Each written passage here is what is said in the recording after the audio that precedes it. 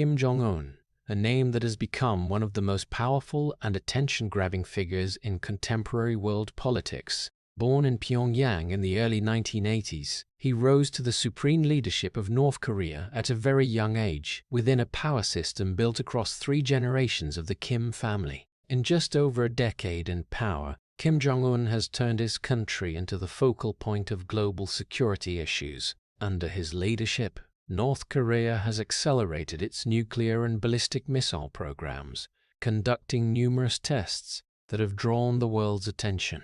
Large-scale military parades at Kim Il-sung Square, intercontinental missiles displayed in front of tens of thousands of soldiers and citizens, and images of him standing on the balcony observing marching troops have become symbols of the military strength North Korea seeks to project to the world. On the international political chessboard, Kim Jong-un has also created rare moments in diplomatic history by meeting major world leaders, including the President of the United States, at summits watched by the entire globe. To many inside the country, he is seen as the successor to the legacy of his grandfather Kim Il-sung and his father Kim Jong-il, as well as the leader who has maintained the nation's survival amid economic sanctions and international pressure. From a virtually unknown figure before 2010, Kim Jong-un has become the face representing North Korea on the global political stage, a young leader holding immense power and the ability to shape his country's future.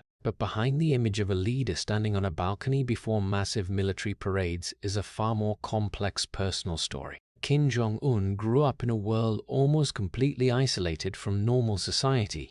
His childhood took place in heavily guarded compounds, where every detail of life was controlled and every relationship carried political weight.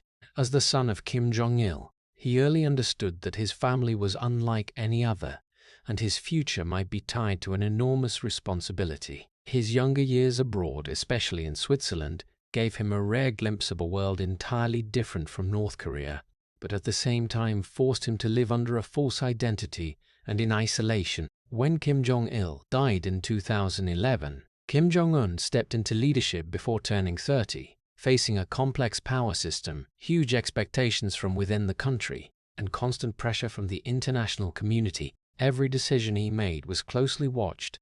Every move could affect the security of the entire region. While the world sees the image of a leader with his finger on the nuclear button, the person behind that position bears a political and historical pressure that few of his generation have ever experienced. And it is precisely from this combination of power, responsibility, and isolation that the story of Kim Jong-un begins. If you want to understand more about the path that shaped this mysterious leader, please hit subscribe to the channel so you don't miss stories like this, full of historical surprises. Kim Jong-un is believed to have been born in the early 1980s in Pyongyang, the capital of the Democratic People's Republic of Korea. But from his earliest years, his life was far removed from that of most children around the world. While many North Korean families lived in tough economic conditions, Kim Jong-un grew up in closed-off compounds reserved exclusively for the ruling family. These were vast villas surrounded by multiple layers of security fences, armed guards, and strict control systems. Inside these areas was a world almost completely separated from the rest of the country. Luxurious villas set amid expansive gardens, private swimming pools, movie theaters, sports courts, and entertainment zones designed specifically for the Kim family. Life there was run by a large staff of servants, chefs, guards, doctors, teachers, and personal caregivers, always on duty. Many sources say the Kim family even brought in foreign chefs to prepare special dishes, something rare in a nation where food is tightly controlled. Kim Jong-un's father was Kim Jong-il, who became North Korea's supreme leader after Kim Il-sung's death in 1994. Kim Jong-il was not just the head of state, he was the center of a political system built around the Kim family's power. His image appeared everywhere in the country, on propaganda posters, in schools, factories, and political events. Within the family, Kim Jong-il was the head of a complex network of relationships involving multiple wives and partners. Kim Jong-un's mother was Ko Young-hwae, a woman who had been a dancer in the Mansudae art troupe before becoming Kim Jong-il's companion. For many years, she rarely appeared in public as the private life of the ruling family was kept secret. However, Ko Yong-hui is believed to have had significant influence in raising her children and protecting their positions in a family where every relationship was tied to political power. Kim Jong-un's childhood was thus a mix of seemingly opposing elements, extreme privilege and near total isolation. On one hand, he had access to luxuries most North Koreans would never see. The Kim family's private resorts along the coast or in the mountains allowed family members to relax, ski, swim, or engage in sports. Entertainment rooms were equipped with video games, music systems, and many imported toys. Some who served the Kim family recalled that Kim Jong-il's children could spend hours playing basketball, watching movies, or studying in specially designed rooms. But on the other hand, their world was strictly limited. Anyone allowed to interact with the Kim children underwent thorough vetting. Friends, teachers, and staff were carefully selected, and almost no information about their lives ever leaked outside. In the Kim family, Kim Jong-un was not the only child. Before him was Kim Jong-nam, Kim Jong-il's eldest son with another woman. For many years, Kim Jong-nam was seen as a potential successor to his father's power. He often lived abroad and had a lifestyle quite different from the traditional image of North Korea's ruling family. After Kim Jong-nam came Kim Jong-chol, Kim Jong-un's older brother with the same mother. According to some sources, Kim Jong-chol had a rather quiet personality and stayed out of political activities.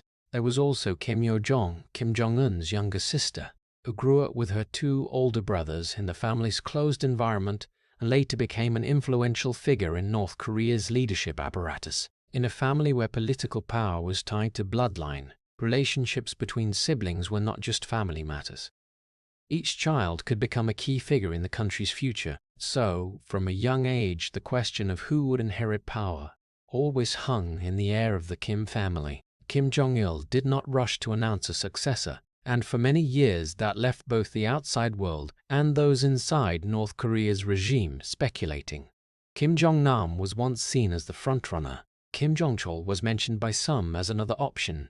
Kim Jong-un, at that time, remained the youngest and least known of the three brothers. Yet inside the sealed walls of the family compounds in Pyongyang, their future was not just a family issue. It was a question that could determine who would control one of the world's most secretive and closed-off nations. The power Kim Jong-un later held did not appear suddenly. It was built over decades, starting with the man who laid the foundation for the modern North Korean state, Kim Il-sung.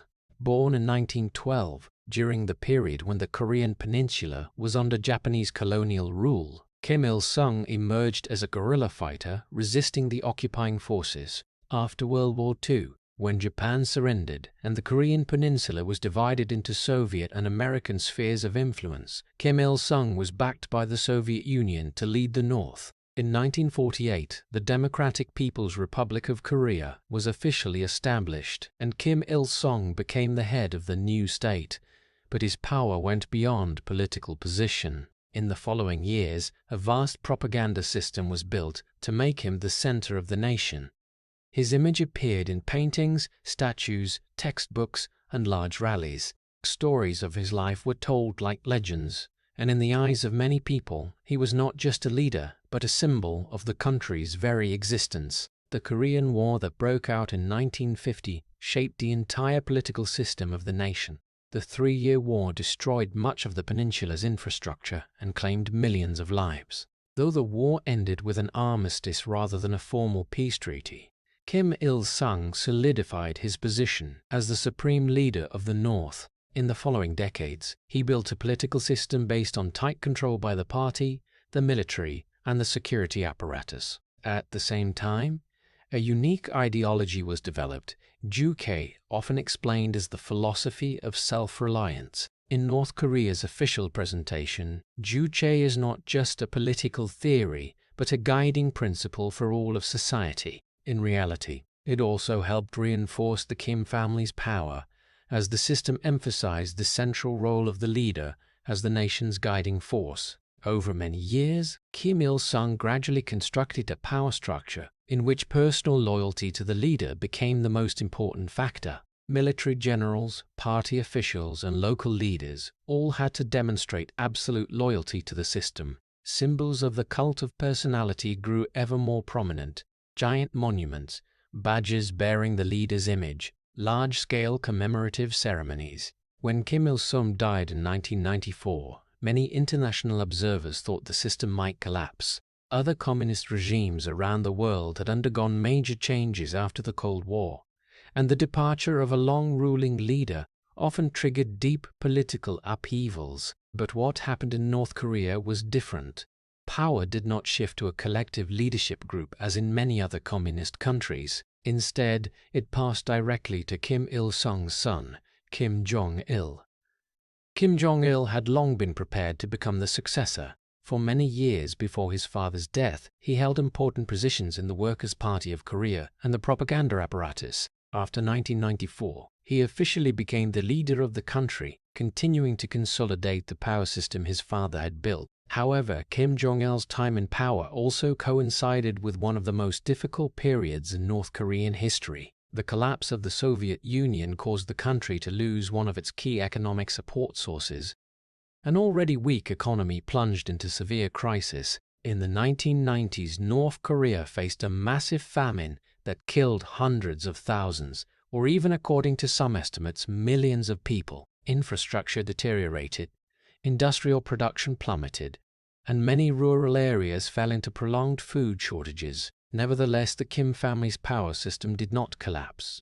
Kim Jong-il continued to maintain a political structure based on the military and security apparatus. Songwon policy, or military first, became the foundation for many of the country's political and economic decisions. While the lives of ordinary people faced great hardship, the central power apparatus remained tightly controlled. Rituals honoring the leader continued to be held, and the image of the Kim family retained its special place in North Korea's political life. This led many analysts to note that North Korea's political system was not entirely like other communist countries. Though it used the language and symbols of socialism, it operated in a way closely resembling a monarchical dynasty, where power was passed from father to son within the same family. It was within that system that Kim Jong Un grew up. He was not just the son of a leader, he was a descendant of the family regarded as the center of the state. From a young age, his life unfolded in a context where power and politics were present everywhere.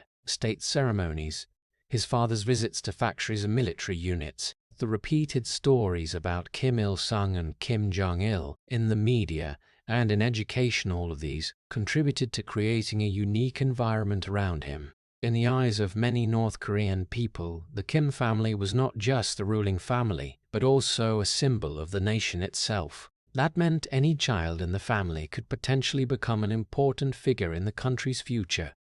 For Kim Jong-un, this created a very different circumstance from most of his generation. While many North Korean young people grew up amid economic hardship and tightly controlled society, he lived at the very center of that power system. But at the same time, it also meant a special kind of pressure. In a system where power is passed through bloodline, the question of succession always existed. Kim Il-sung had passed power to Kim Jong-il, and one day, Kim Jong-il would also have to choose the next one. Kim Jong-un, at that point, was still just one of the leader's children, but he was growing up right in the heart of a political system built to endure across generations. In the mid-1990s, while North Korea was going through one of the most difficult phases in its modern history, a little-known decision was made within the ruling family. One of Kim Jong-il's sons would leave Pyongyang, not on an official state visit, not in a diplomatic delegation, but almost vanishing from the country. The destination for that boy was Switzerland, a peaceful European nation thousands of kilometers away from the Korean peninsula. And to ensure absolute secrecy, he did not appear under his real identity.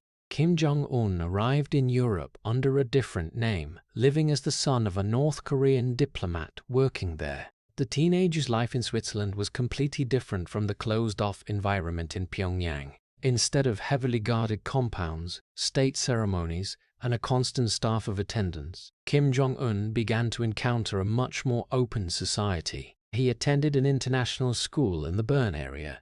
There, students came from many different countries, spoke multiple languages, and had experiences very different from life in North Korea. Under his false identity, Kim Jong Un could blend into the school environment without drawing too much attention. To many classmates, he was just a rather quiet Asian teenager living with relatives in an apartment near the school. Kim Jong Un's school days looked similar to those of many other students. He attended regular classes, did homework, and sometimes hung out with friends after school. Some who studied with him later recall that he wasn't particularly standout in class, but was very fond of sports activities, especially basketball. This sport became one of Kim Jong Un's biggest interests during his years in Europe. On the court, he could run, pass the ball, and compete, just like any other student. Those after-school basketball games gave him a rare sense of normalcy that life in Pyongyang could hardly provide. Kim Jong-un's love for basketball didn't stop at playing the sport. He also followed NBA games and particularly admired Michael Jordan, the legendary star of the Chicago Bulls. In his private room, Kim Jong-un is said to have hung up pictures of NBA players and watched games on recorded tapes. The Chicago Bulls, the team famous for its championship streak in the 1990s, became his favorite team. In those years, Michael Jordan's image was not just a symbol of American basketball, but also a model of talent and competition. For a teenager living far from home and keeping his identity secret, basketball games and sports stars could provide a sense of connection to the outside world. Besides basketball, Kim Jong-un's life in Switzerland also included experiences familiar to many European teenagers. He participated in school activities, ate lunch in the school cafeteria, and sometimes walked around the city with friends. Bern, with its historic streets, cafes, and small shops, offered an environment completely different from Pyongyang. There, people could move freely, talk openly, and access information from around the world. For Kim Jong-un, this was a world very different from North Korea's tightly controlled environment. However, his life in Switzerland was not entirely like that of other students. Even under a false identity, Kim Jong-un was still protected by North Korean minders and diplomatic staff. They monitored his schedule, ensuring all activities were controlled. Long trips or out-of-school activities were often restricted. He could not fully integrate into normal European life because his true identity had to remain hidden. Any slip-up could have major consequences for his family and the entire political system he belonged to. During his years in Switzerland, Kim Jong-un also witnessed a world very different from North Korea. He saw stores full of goods, bustling streets, and open discussions on television and in the press. These things contrasted sharply with the image of the country where he was born, where information was tightly controlled and society operated under different rules. Still, life in Europe was only a temporary phase. Kim Jong-un was not sent to Switzerland to build a new life there. The purpose of the trip was education and exposure, but ultimately he had to return to Pyongyang. The contrast in Kim Jong-un's life during this period was very clear. By day, he could be an ordinary student, playing basketball with friends, discussing NBA games, and listening to music like many other teenagers. But at the same time, he was the son of the leader of a closed nation, the head of a unique political system in the modern world. He lived in a free society, but knew his homeland operated under completely different rules. This opposition made Kim Jong's time in Switzerland a special chapter in his story. While the outside world still had no idea who Kim Jong-un was, that teenager was experiencing his youth in Europe between a rare, ordinary life and a future that, at the time, few could imagine. Kim Jong-un's years in Switzerland passed quietly and almost anonymously to the outside world. But within the Kim family and in the power corridors of Pyongyang, one question grew increasingly important. Who would succeed Kim Jong-il? For a political system that operated much like a dynasty, succession was not just a family matter. It was the factor determining the stability of the entire country. For many years, Kim Jong-un was not the first name mentioned in those speculations. The one initially seen as the strongest candidate was Kim Jong-nam, Kim Jong-il's eldest son. Born in 1971, Kim Jong-nam grew up during the period when the Kim family's power was being strongly consolidated. For many years, he was believed to hold a special position in his father's eyes, and had been prepared to potentially take on a leadership role in the future. Kim Jong-nam spent much of his time abroad and had a lifestyle different from the usual serious image of North Korea's leadership. He frequently traveled between several Asian cities, especially Macau and Beijing. Some who met him described Kim Jong-nam as more open than other members of the Kim family, even sometimes showing interest in the economic reforms China had carried out. In the eyes of many international observers, Kim Jong-nam seemed to be the most experienced and mature of Kim Jong-il's sons. Because of that, for a long time many believed he was the natural successor to North Korea's leader. But everything changed in 2001 in an event that seemed minor but had a major impact on the Kim family's future. In May of that year, Kim Jong-nam was arrested at Narita Airport in Japan. He was using a fake passport and claimed he wanted to enter Japan to visit Tokyo Disneyland. The incident quickly became international news. To many outsiders, the story seemed strange but not too serious. However, to Kim Jong-il and North Korea's power apparatus, the event was a major embarrassment. A man considered the eldest son of the country's leader had been caught abroad in such an attention-grabbing situation. After that incident, Kim Jong-nam's position within the family seemed to change. Though he remained Kim Jong-il's son, his standing in his father's eyes was believed to have diminished. In the following years, Kim Jong-nam continued living abroad and rarely appeared in North Korea's political activities. That led many analysts to start questioning. If Kim Jong-nam was no longer the main candidate, then who would take his place? Attention then shifted to Kim Jong-il's second son with Ko Yong-hwa, Kim Jong-chol. Kim Jong-chol was a few years older than Kim Jong Un and for a time was seen as a possible successor to power. He grew up alongside Kim Jong-un in the family's compounds and also spent time studying abroad. However, according to some sources who had contact with the Kim family, Kim Jong-il had doubts about Kim Jong-chol's personality. Some accounts say Kim Jong-il once remarked that his second son had too gentle a temperament to lead a country run by strict military discipline. Though these stories are hard to fully verify, they still help shape the perception that Kim Jong-chol was not the final choice for succession.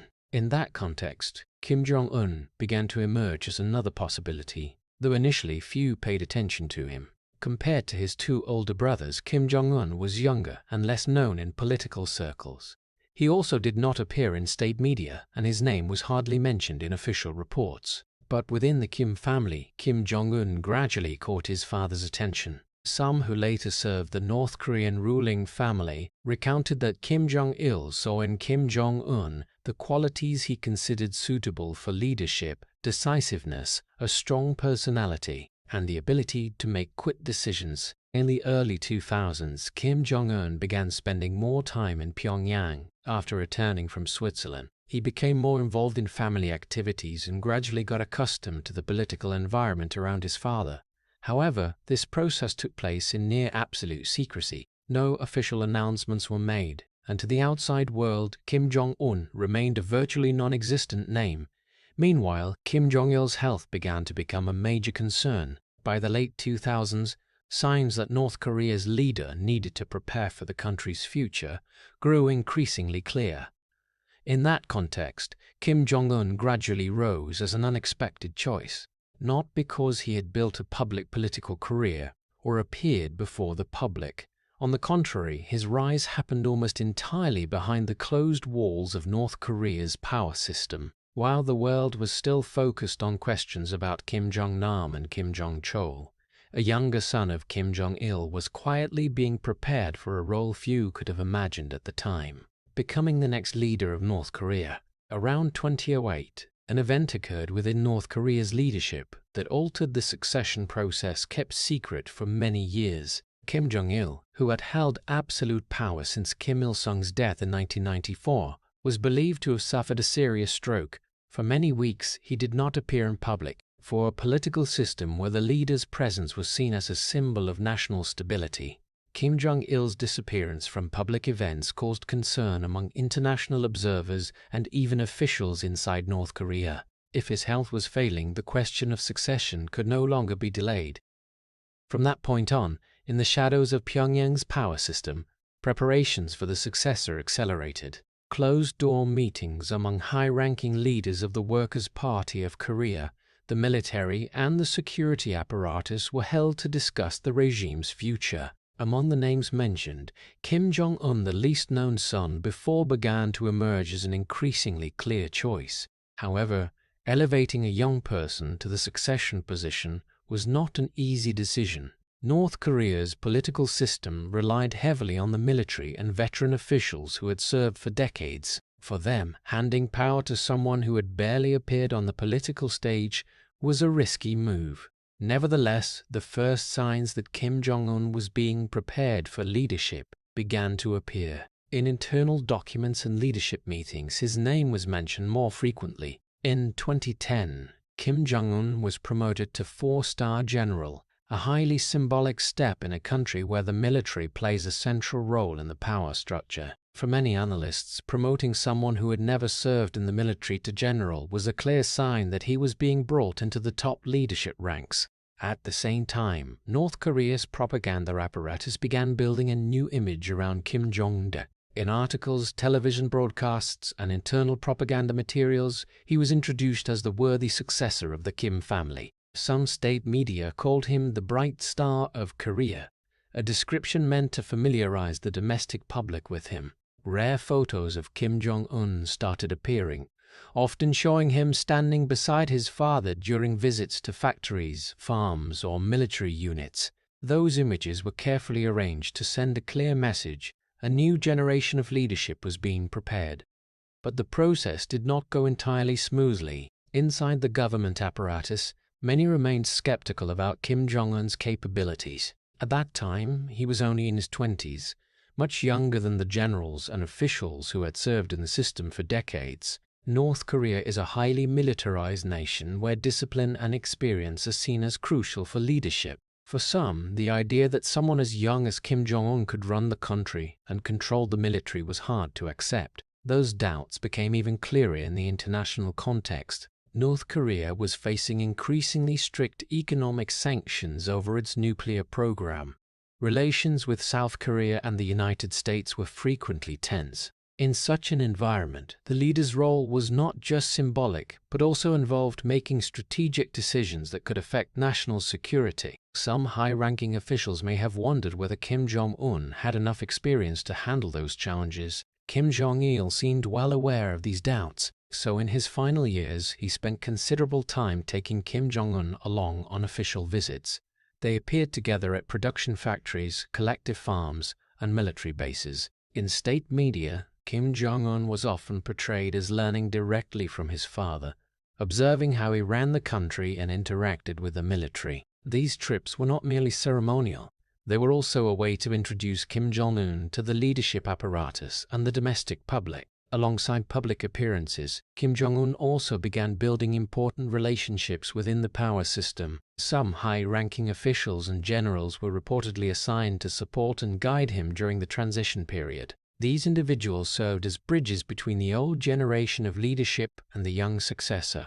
They helped ensure the power transfer could occur without causing major instability in the political apparatus. Even so, to the outside world, Kim Jong-un remained a near-mysterious figure. Information about him was very limited, and many details of his life were known only through indirect sources. When his first images began appearing in international media, many analysts tried to understand the person behind the name. A young man partially educated in Europe, but preparing to lead one of the world's most closed-off nations. By the late 2000s, all signs pointed to the succession process being decided. Kim Jong-un was no longer Kim Jong-il's least-known son.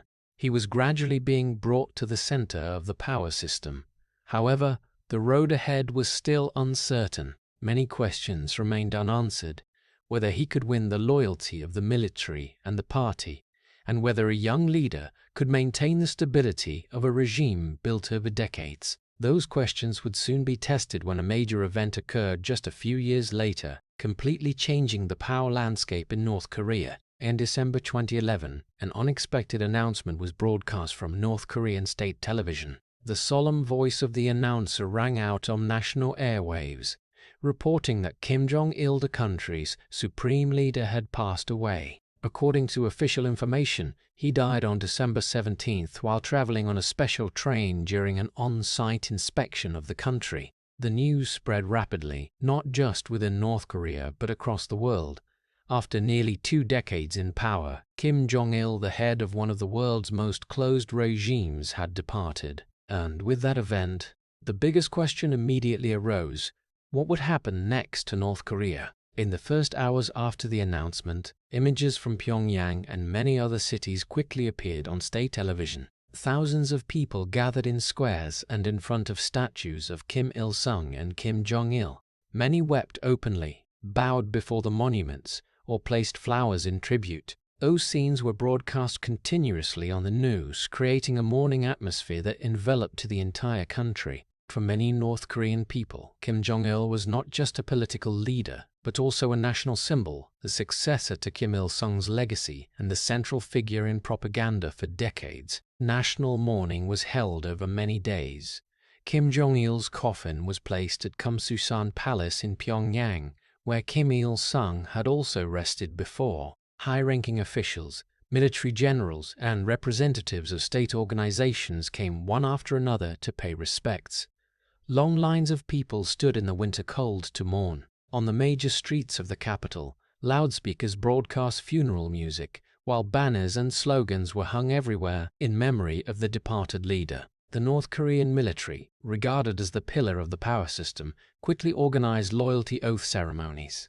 Generals and soldiers stood in long lines during solemn events, pledging to protect the country and continue following the path laid out by Kim Jong-il. Those images sent an important message not only to the North Korean people, but also to the outside world.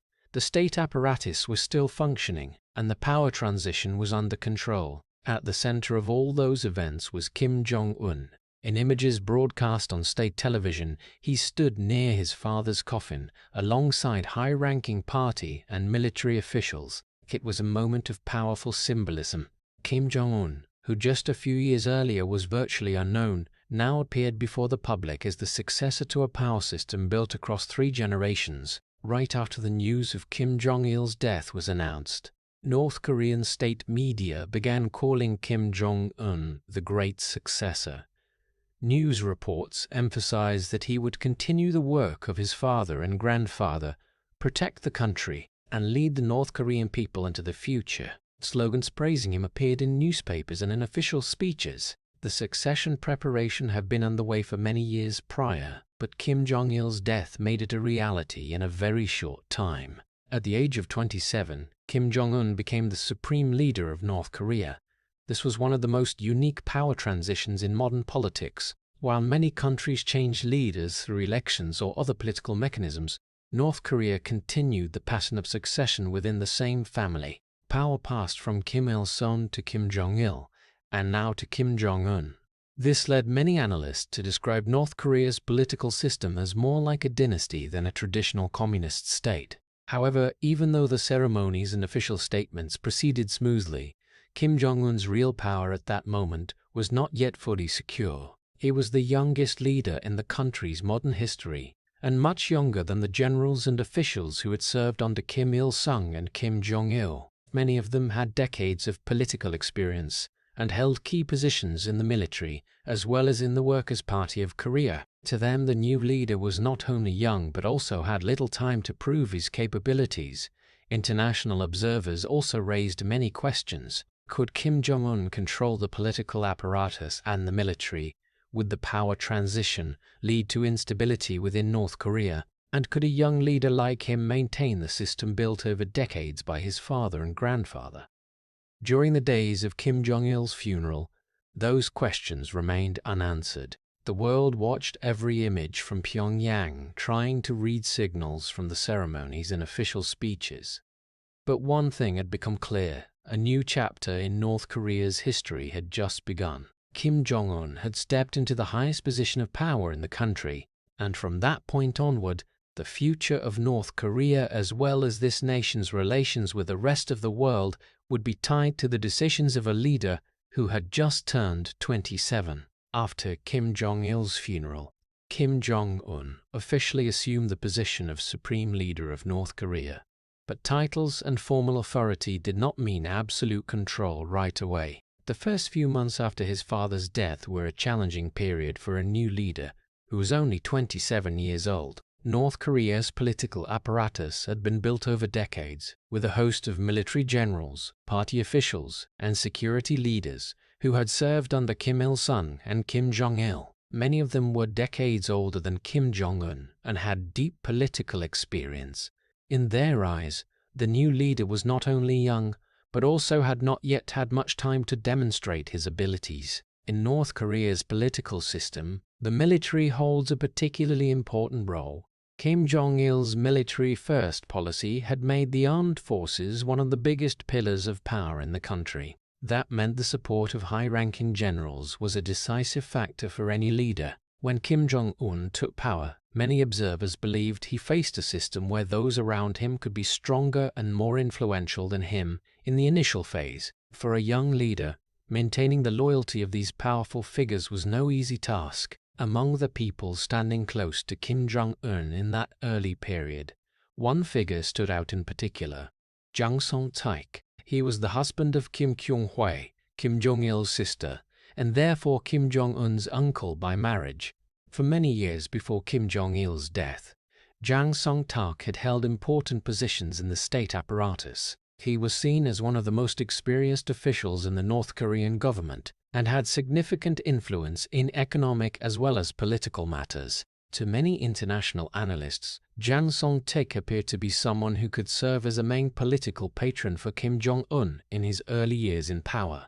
Images from state events during this period often showed Jang Song-taek standing near Kim Jong-un, along with some other high-ranking officials. His presence sent a signal that the power transition was supported by experienced figures in the system. Some observers even suggested that Jang Song-taek might act as an advisor or overseer in the early stage of the new era. That led many to believe that real power might be shared between Kim Jong-un and the veteran officials around him. In the early years after taking power, Kim Jong-un began appearing more frequently in public. He carried out visits to factories, farms, and military units, a leadership style similar to that of his father and grandfather. These visits were widely reported by state media, showing the image of a dynamic young leader directly inspecting the country's production and military activities. At the same time, he also began making symbolic decisions to affirm his role in the system. One of the first signs that Kim Jong-un wanted to make his own mark was a change in the way he appeared in public.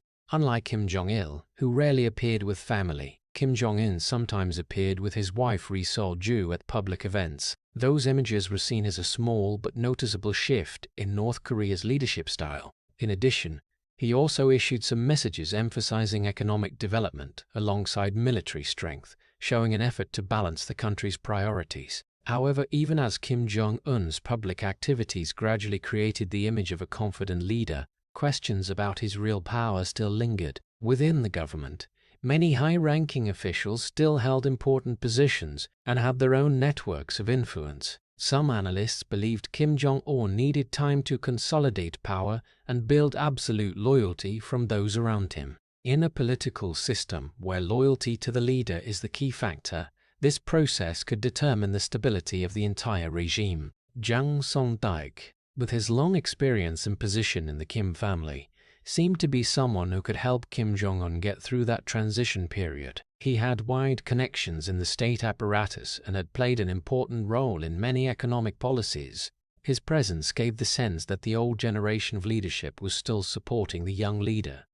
But in North Korea's political system, power is rarely shared for long. Just a few years later, the relationship between Kim Jong-un and Jang Song-taek began to change. Initial signs of tension appeared in reports and political events. For a leader trying to assert his own power, the existence of an overly powerful figure within the system could become a potential threat, and what was once seen as an important political patronage relationship would soon become one of the most shocking power struggles in North Korea's modern history. Signs of tension within North Korea's leadership began to become clear in 2013. Throughout the first 2 years after Kim Jong-un took power, Jang Song-taek still appeared as one of the most powerful figures in the government. He attended important meetings, stood near the young leader at state events, and was seen as one of the most influential people in managing the economy. To many international observers, Jang Song-taek seemed to be the guarantor of the system's stability during the power transition period. But in late 2013, everything changed abruptly. In December of that year, an important meeting of the Workers' Party of Korea was held in Pyongyang. High-ranking officials, military generals, and state agency leaders were present in the hall. While the meeting was underway, a rare scene unfolded in front of the entire top leadership of the country. Jang Song-taek was approached by security personnel and arrested on the spot. Images of the event were later broadcast on state television, a rare occurrence in a political system that always kept internal matters secret. For many, the public display of Jang Song-taek's arrest sent a strong message. A major purge was taking place. Just a few days later, the North Korean state announced that Jang Song-taek had been brought to trial before a special court. The charges brought against him were very serious: treason, abuse of power, and plotting to undermine the leadership system. According to state media information, the trial proceeded quickly. There was no prolonged process or public debate. The outcome was decided almost immediately. Jang Song-taek was sentenced to death. A few days after his arrest, he was executed. The news spread around the world and quickly became one of the most watched political stories of the year. For international analysts, this was a shocking event. Jang Song-taek was not an ordinary official. He was Kim Jong-il's brother-in-law, had held many important positions in the government, and was regarded as one of the most powerful figures in North Korea's state apparatus. His arrest and execution within just a few days showed the intensity of the power struggle inside the system. For Kim Jong Un, this event carried meaning far beyond removing a high-ranking official. It was a clear political statement. In the early years after taking power, many believed he might rely on veteran figures like Jang Song-taek to run the country. But dealing with his own uncle showed that Kim Jong Un had no intention of sharing power long-term. He was willing to eliminate anyone he saw as a threat to his position, even if that person was a family member. After this incident, a series of other changes took place in the leadership apparatus. Some officials connected to Jang Song-taek were investigated or removed from their positions. Military generals and party leaders were replaced or reassigned to different roles. To many observers, this was a sign that Kim Jong-un was restructuring the power system to consolidate his own position. Those considered loyal to him were placed in more important roles, while figures who might challenge his power were gradually eliminated. The outside world's reaction to the event was strong. Many governments and international organizations expressed concern about North Korea's stability and how political purges could affect the leadership system. Some analysts argued that executing Jang Song-taek showed Kim Jong-un trying to prove his power to the military and the party apparatus. Others saw it as a sign of internal instability, where power struggles were taking place behind the closed walls of Pyongyang. However it was viewed, the 2013 event changed the way the world perceived Kim Jong-un. Before that, many saw him as a young leader who could be influenced by veteran officials around him. After the incident, that image shifted. Removing a powerful figure like Jang Song-taek showed Kim Jong-un was ready to act decisively to control the system. The message sent to North Korea's leadership apparatus was also very clear. Supreme power did not lie with groups of officials or in an extended family network. It lay with the leader. In a political system where personal loyalty played the most important role, dealing with Jang Song-taek became a strong warning to anyone who might think of challenging Kim Jong-un's power. After that event, many analysts began viewing Kim Jong-un's era in a different way. He was no longer seen merely as the young successor to an old power system. Instead, he was gradually building his own system, and in that process he showed he was willing to make tough decisions to solidify his position in one of the world's most secretive and powerful political regimes. After eliminating potential rivals within the system and consolidating his power, Kim Jong-un began turning his attention to another strategic goal: accelerating North Korea's nuclear weapons program. In reality, this program was not new. It had been started under Kim Il-sung, and continued to develop under Kim Jong-il. But under Kim Jong-un's leadership, the pace and scale of testing activities increased significantly. For Pyongyang, nuclear weapons were not just a military tool. They were seen as a key factor in ensuring national security and maintaining North Korea's position in a tense international environment. Just a few years after taking power, Kim Jong-un oversaw a series of major tests. In 2013, North Korea conducted its third underground nuclear test. The event immediately drew the attention of the international community. Seismic monitoring stations around the world recorded strong tremors coming from the test site in northern North Korea. Satellite images and intelligence reports showed the country's nuclear program continuing to advance despite international sanctions. After that, tests continued at an increasingly high frequency. North Korea not only tested nuclear bombs but also developed various types of ballistic missiles. Medium and long-range missiles were test-launched from multiple locations, including mobile launchers and submarines. Each test was widely reported by state media, often accompanied by images of Kim Jong-un standing and observing the launch, clapping or talking with military engineers. Those images were designed to send the message that the young leader was directly directing advances in the country's defense program. By the mid-2010s, North Korea began unveiling new missile types with longer ranges. Some were described as intercontinental ballistic missiles, weapons capable of flying thousands of kilometers and carrying nuclear warheads. For Pyongyang, developing these missiles was a major step toward creating strategic deterrence capability. North Korean officials declared that their country needed sufficient military strength to deter any external threat. Those statements quickly heightened tensions with the international community, especially with the United States and regional allies like South Korea and Japan. Washington had long viewed North Korea's nuclear program as a serious threat to regional and global security. As Pyongyang conducted new tests, the United Nations Security Council repeatedly passed resolutions imposing additional sanctions. These measures targeted key sectors of North Korea's economy, including mineral exports, financial transactions, and goods transportation. However, despite external pressure, North Korea continued pursuing its weapons program. In 2016, the country conducted additional nuclear tests,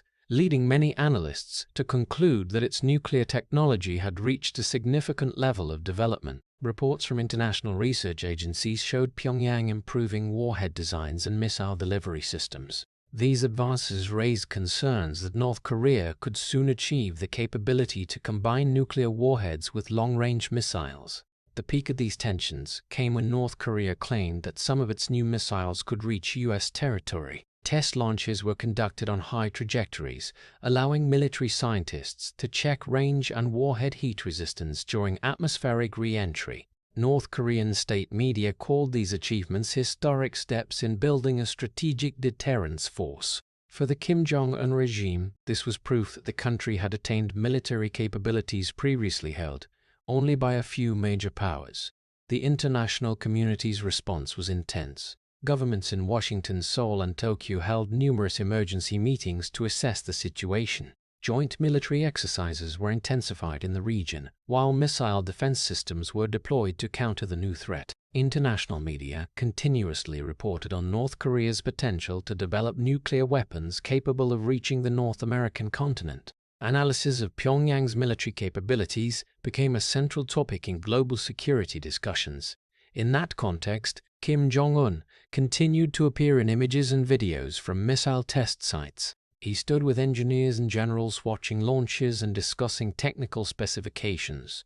These moments were presented by state media as evidence that the young leader was guiding the country toward achieving new strategic strength. For many analysts, accelerating the nuclear program became an important part of Kim Jong-un's strategy. It helped strengthen his domestic position while placing North Korea at the center of international security dialogues. But along with that, it also caused tensions with the United States and other countries to escalate rapidly. By the late 2010s, the Korean Peninsula had become one of the most dangerous flashpoints in global politics, where every missile test or statement from Pyongyang could shake the region's security balance.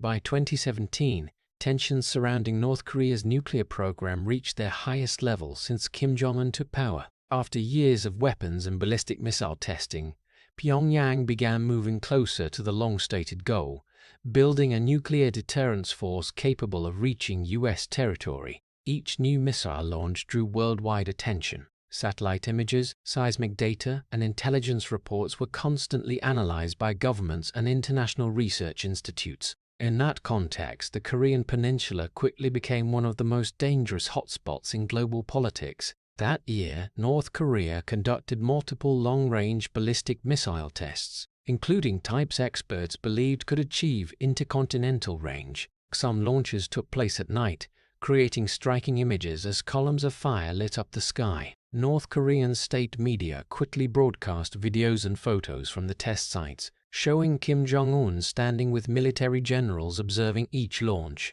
Messages from Pyongyang emphasized that North Korea was nearing completion of its strategic nuclear deterrence force. At the same time, in Washington, the U.S. administration closely monitored these developments. Donald Trump, who had just become President of the United States in early 2017, took a very different approach from his predecessors. Instead of responding only through traditional diplomatic channels, he often made direct statements in the media and on social platforms. Trump's rants about North Korea quickly drew major attention from international press. He warned that if Pyongyang continued to threaten the United States, they would face fire and fury, a phrase that quickly became headlines on news outlets around the world. In Pyongyang, Trump's statements were met with equally tough rhetoric. North Korean state media criticized the U.S. administration and affirmed that the country would continue developing its military capabilities. North Korean officials emphasized that nuclear weapons were the only tool that could guarantee the nation's security against what they saw as external threats. In official statements, Kim Jong Un and high-ranking officials declared that North Korea would not abandon its nuclear program. The verbal confrontation between the two leaders quickly became the focus of international media. Press outlets continuously published statements from both sides, analyzing every word to gauge the level of tension. Some articles described it as one of the most dangerous confrontations between the United States and North Korea since the Korean War. Meanwhile, joint military exercises between the United States and South Korea continued, further heightening fears that the situation could spiral out of control. International security experts began warning that the risk of conflict was rising. Many worried that if one side misinterpreted the other's actions, a crisis could quickly escalate into military confrontation. Given that North Korea had already conducted multiple nuclear and missile tests, any standoff carried the risk of nuclear escalation. Discussions at the United Nations and in international security conferences focused on how to prevent a major crisis on the Korean Peninsula. While governments and international organizations tried to find diplomatic solutions, people in many countries in the region followed the situation with anxiety. In South Korea and Japan, nations within range of many North Korean missile security discussions became particularly tense. Some areas conducted emergency drills to prepare for the possibility of a missile attack. On international television, images from Pyongyang and Washington were broadcast continuously. On one side was Kim Jong Un standing in front of strategic maps observing missile launches. On the other was Donald Trump speaking at the White House, warning that the United States would defend its interests and those of its allies. These images painted a clear picture of the confrontation between two leaders, each representing very different political and military systems. By the end of 2017, the nuclear crisis on the Korean Peninsula had become one of the most closely watched issues in the world. International news regularly updated the situation, from missile launches to political statements from both sides. The tense atmosphere made many feel that the world was standing at a dangerous moment. In that moment, it seemed the whole world was holding its breath, waiting to see what would happen next. Would the tensions continue to escalate into conflict, or would a new diplomatic path emerge? The answer to that question would come in the following year, when an unexpected turning point occurred in relations between North Korea and the United States. After many months of escalating tensions in 2017, few could have imagined that just 1 year later the world would witness a completely different scene. In 2018, the atmosphere around the Korean Peninsula began to change in an unexpected way. The threats and warnings that had once dominated international news gradually gave way to new diplomatic signals. Indirect contacts were organized through various channels, and slowly a possibility that many had previously thought unlikely began to be discussed: a direct meeting between the leaders of the United States and North Korea. In June 2018, that event finally took place in Singapore. It was the first time in history that a sitting US president met directly with North Korea's leader. The venue chosen was Sentosa Island, a quiet resort area outside the city center. Security measures were at the highest level, with police, military, and security agencies from multiple countries coordinating to ensure the event's safety. Hundreds of journalists from around the world were present in Singapore, awaiting what was seen as a potential turning point in international relations. On the morning of June 12, Jong Un and Donald Trump emerged from opposite sides of a hallway in the Capella Hotel. As they approached each other, television cameras around the world captured every step. The two leaders paused in front of their country's flags, turned to face each other, and shook hands. That moment quickly became one of the most iconic images of 2018. For many, it was a scene unimaginable just months earlier, when the two sides were still exchanging harsh words. After the historic handshake, the two leaders entered hours-long meetings. Delegations from both sides discussed key issues including North Korea's nuclear program, measures to reduce military tensions, and the potential for improved diplomatic relations. International media followed every development, trying to read signals from the leaders' statements and gestures. Many analysts hoped the meeting could open a new phase in relations between Washington and Pyongyang. At the conclusion of the summit, a joint statement was released. In it, both sides committed to working toward establishing new relations and building lasting peace on the Korean peninsula. North Korea reiterated its commitment to denuclearization, while the United States emphasized the importance of concrete steps to achieve that goal. Though the statement did not go into specific details, it was still seen as a notable diplomatic advance after years of tension. Images from Singapore spread rapidly around the world. Jong Un, previously known mainly for missile tests and tough statements, now appeared in high-level diplomatic meetings with the leader of a global superpower. For North Korea, the summit also carried great symbolic significance. It showed that Jong Un could stand on equal footing with international leaders on the diplomatic stage. In the weeks following the summit, many hoped the Singapore meeting would pave the way for more in-depth negotiations. Diplomatic contacts continued, and delegations from both sides discussed the possibility of future summits. Some observers believed this could be a rare opportunity to resolve one of the most complex security issues of the era. However, the negotiation process quickly ran into difficulties. The sides held differing views on the methods and pace of denuclearization. The United States wanted North Korea to take clear, verifiable steps, while Pyongyang stressed that such measures must be accompanied by sanctions relief and security guarantees. These differences made discussions far more complicated than the initial optimistic images suggested. In the following months, negotiations progressed slowly. Though both sides maintained contact, many key issues remained unresolved. Another summit was held later to continue discussions, but it also failed to reach a decisive agreement. Hopes for a major deal gradually faded as the sides could not narrow the gap on core issues. Even so, the Singapore meeting is still regarded as a memorable moment in modern diplomatic history. It showed that even in the most intense crises, a path to dialogue can emerge. The image of Jong Un and Donald Trump shaking hands in front of their country's flags is still recalled as a symbol of a time when the world believed tensions on the Korean peninsula could be resolved through diplomacy. But reality afterwards showed that the path from a symbolic handshake to a lasting agreement was far more complex. And for Jong Un, that meeting was just one chapter in the long story of power, strategy, and North Korea's position on the international stage. After the summits and geopolitical tensions on the international stage, another part of Jong Un's life has always remained behind the closed walls of Pyongyang: his personal life. For decades, the Kim family has been famous for its near-absolute secrecy.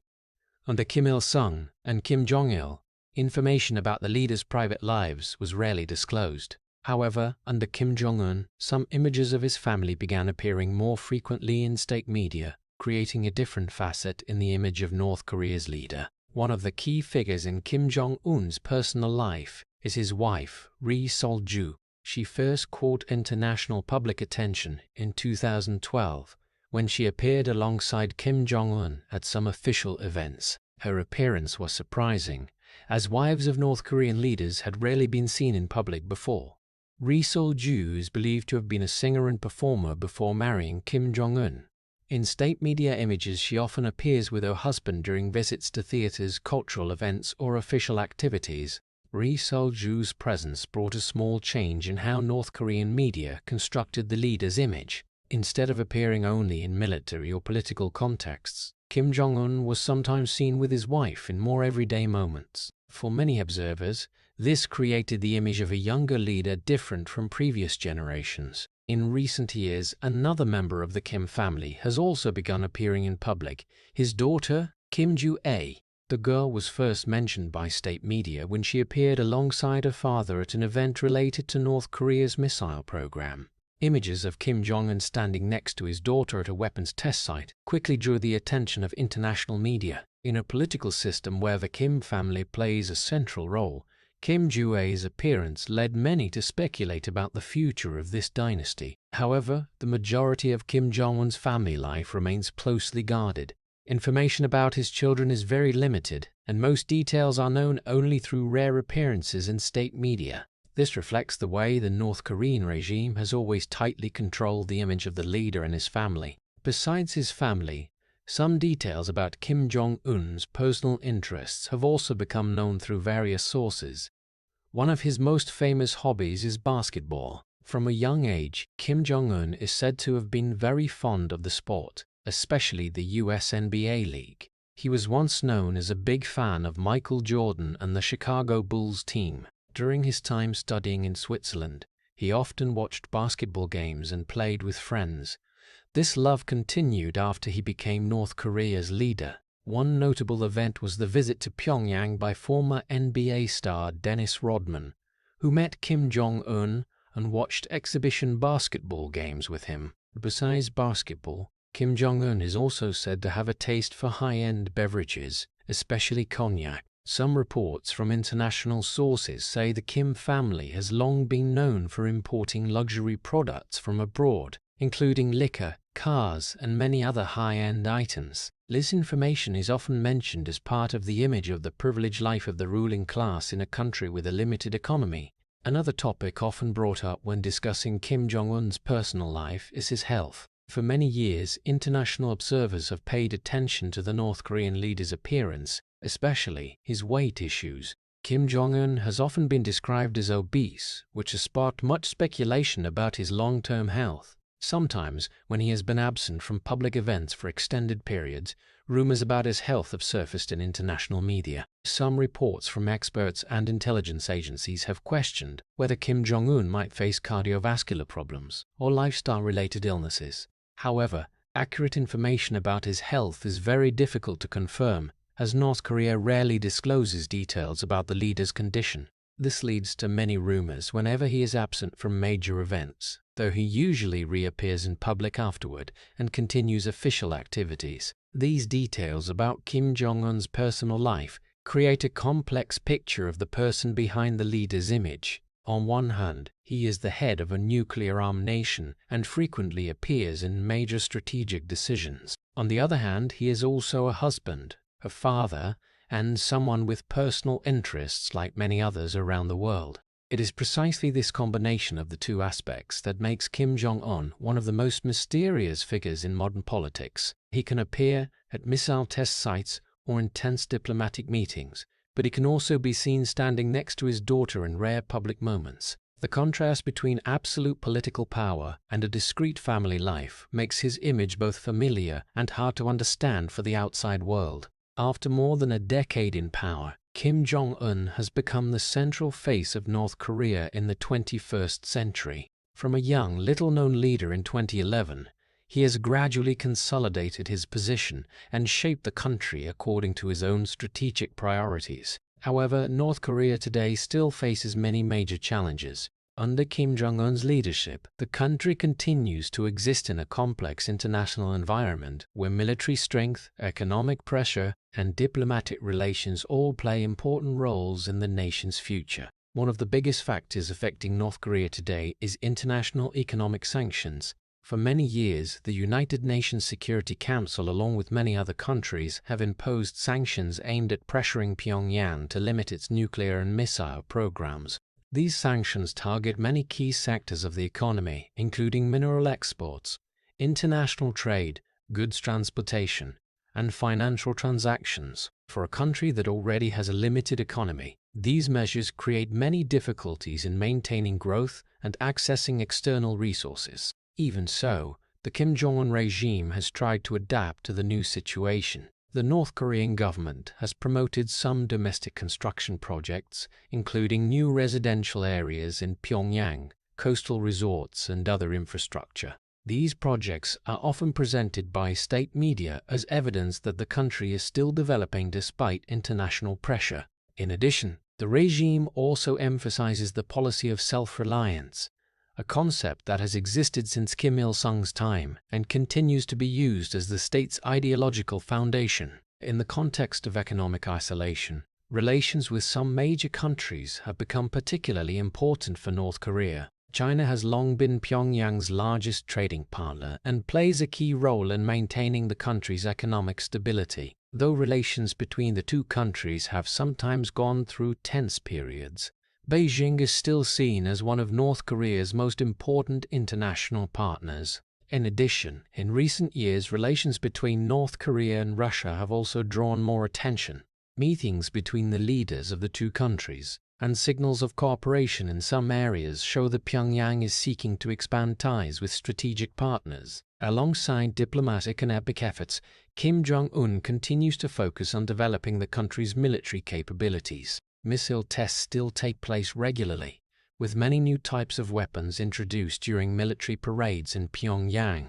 Some of them are described as ballistic missiles with longer ranges and more advanced technology than previous generations. For the North Korean regime, military strength is seen as an important factor in ensuring national security and maintaining the country's position in a highly competitive international environment. Besides the weapons program, Kim Jong-un also continues to consolidate the domestic political system. Agencies of the Workers' Party of Korea, the military, and the security apparatus still play a central role in running the country. Personnel and organizational changes occur in phases to maintain the system's stability. In state media, Kim Jong-un often appears during inspections of factories, farms, military units, and construction projects. These images are used to show his role as the leader directly overseeing the country's development. However, despite those efforts, North Korea's future still holds much uncertainty. The country's economy continues to face pressure from sanctions and internal limitations. Relations with other countries can change depending on the international political situation. At the same time, North Korea's nuclear and missile programs remain a major controversial issue on the international stage. In that context, Kim Jong-un must balance many different factors, maintaining domestic stability, ensuring national security, and adjusting diplomatic strategy to adapt to global changes. His decisions in the coming years could affect not only North Korea's future, but also the stability of the entire East Asian region. Therefore, when looking at North Korea today, people see a country that continues to follow its own path under Kim Jong-un's leadership, a nation shaped by its unique history, its distinctive political system, and the strategic choices its leader considers necessary for survival in a volatile world. But even though that system has endured through 3 generations of leadership, the question of North Korea's long-term future remains open, and the answer to that question will depend on how the country continues to navigate between international pressure, domestic development needs, and Kim Jong-un's role in the years ahead. After more than a decade in power, Kim Jong-un has transformed from a virtually unknown figure into one of the most talked about leaders in international politics. When he first appeared on the power stage in 2010, very few people outside North Korea knew exactly who he was. Analysts at the time had only fragmented information. A young son of Kim Jong-il who had studied in Switzerland with little political experience and almost no public appearances. But just a few years later, the name Kim Jong Un had become the focus of discussions on global security, diplomacy, and the future of the Korean Peninsula. When Kim Jong-il died in December 2011, Kim Jong-un became one of the youngest leaders in the world. At the age of 27, he had to take over power in a complex political system built over many decades.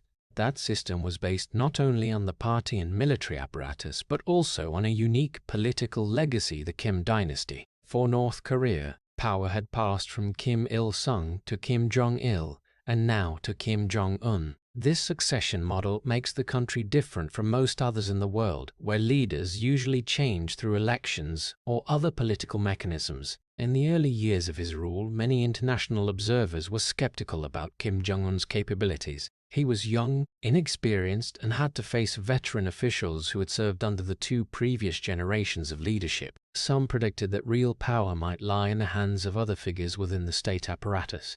But events in the following years showed that Kim Jong-un was not merely a nominal successor. Through changes in the leadership apparatus and important decisions, he gradually asserted his position at the center of the power system. Alongside consolidating domestic power, Kim Jong-un also placed North Korea at the center of international discussions through the country's nuclear and missile programs. Weapons and ballistic missile tests in the 2010s drew the world's attention to Pyongyang more than ever before. For the North Korean regime, developing a nuclear deterrence force was seen as a way to ensure national security. But for many other countries, this program increased concerns about the risk of conflict in the region. Because of that, Kim Jong-un quickly became one of the central figures in modern-era nuclear crises. However, the story of Kim Jong-un is not just about weapons and international politics.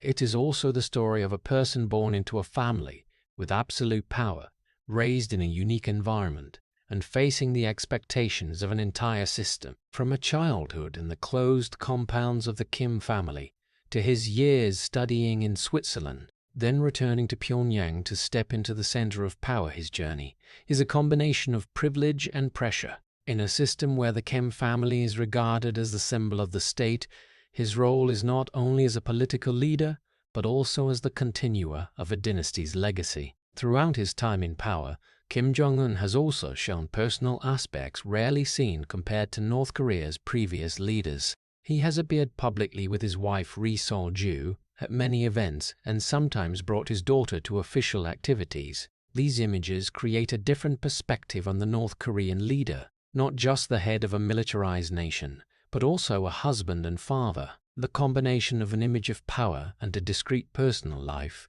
makes him a figure who is both familiar and hard to understand for the outside world. In addition, Kim Jong-un has had to face many challenges in running the country. North Korea's economy continues to be affected by international sanctions, while diplomatic relations with many countries constantly shift according to the global political context. In that environment, he must balance maintaining military strength, ensuring domestic stability, and seeking diplomatic opportunities when necessary. His decisions not only affect North Korea but also impact the security of the entire East Asian region. For many analysts, the most remarkable thing about Kim Jong-un is his ability to survive and maintain the system he inherited. History has seen many political regimes collapse when power transitions to a new generation. But in North Korea's case, the system built from Kim Il-sung's time continues to endure. Kim Jong-un has not only maintained that system, but also adjusted it to fit the new era. This makes him an important figure in the story of how political regimes survive and adapt in the 21st century. Today, looking back at the journey from 2011 to the present, it is clear that Kim Jong-un has defied many initial predictions of the regime's quick collapse. Instead, he still stands at the center of the power system in Pyongyang. North Korea, under his leadership, continues to exist as a unique nation in the international order, closed off, mysterious but with significant influence on global security issues.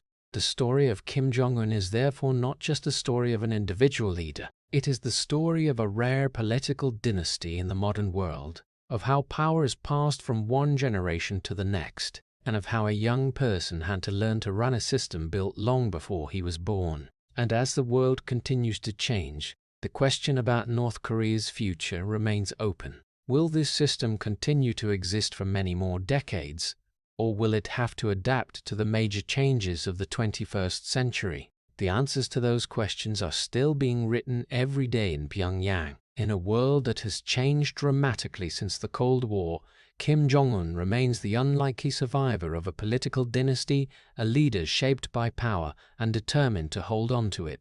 Looking back at the entire story, Kim Jong Un emerges as a complex figure in modern history, a person born into power but also imprisoned by that very power system. From a childhood lived in luxurious compounds in Pyongyang with swimming pools, foreign chefs, and a constant security detail, to years of isolation in a family where the question, who will inherit power, always hung overhead, his life has never truly been normal. As a teenager studying in Switzerland, he loved basketball, admired Michael Jordan and the Chicago Bulls, and lived days somewhat like a Western youth. But fate pulled him back to North Korea, where he had to step into a harsh power system built by his grandfather Kim Il-sung and his father Kim Jong-il. At the age of 27, when his father died on that fateful train in 2011, Kim Jong-un unexpectedly became the head of a nation isolated and under heavy international pressure.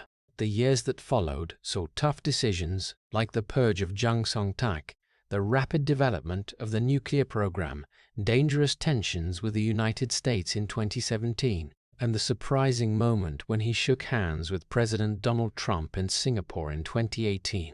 All those details show a person who carries immense power while also bearing a historical burden that very few can fully understand. For the American people, this story reminds us that political power is not just glory, but also a heavy responsibility toward an entire nation. In a democratic society like the United States, where people have the right to choose leaders and change governments peacefully, Kim Jong-un's story highlights even more the value of freedom, transparency, and civic responsibility. It also reminds us that behind every powerful figure in history is always a human being with difficult choices, and those choices can shape the fate of millions. If the story of Kim Jong-un and North Korea's mysterious power dynasty has made you reflect on history, power, and the fate of nations, please subscribe to the channel so you don't miss other dramatic historical stories. Thank you for watching until the end, and see you in the next video where we will continue exploring the figures who have shaped the world.